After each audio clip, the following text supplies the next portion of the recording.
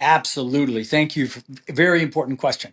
Let's ask ourselves who's against the ceasefire? Because when President Trump first proposed the ceasefire idea many months ago, uh, President Zelensky right away agreed. He said, yes, we will agree to a ceasefire absolutely unconditionally right now. It was Putin that said, well, no, we have to solve the underlying conditions, which really that's Putin speak for we want to own Ukraine, right? Right. And he's continued to oppose the ceasefire. And why? Because he continues to throw millions of men at Ukraine. He's losing an estimated 500 to 1,000 members of the Russian armed forces daily.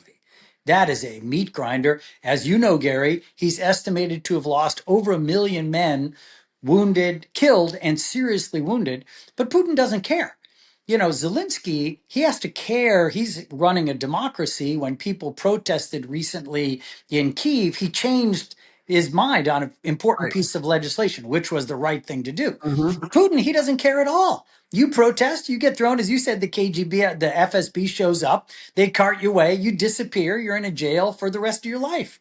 So, yes, a ceasefire is important because there are just too many people being killed and wounded, not just military on both sides, but also in Ukraine, civilian casualties are through the roof.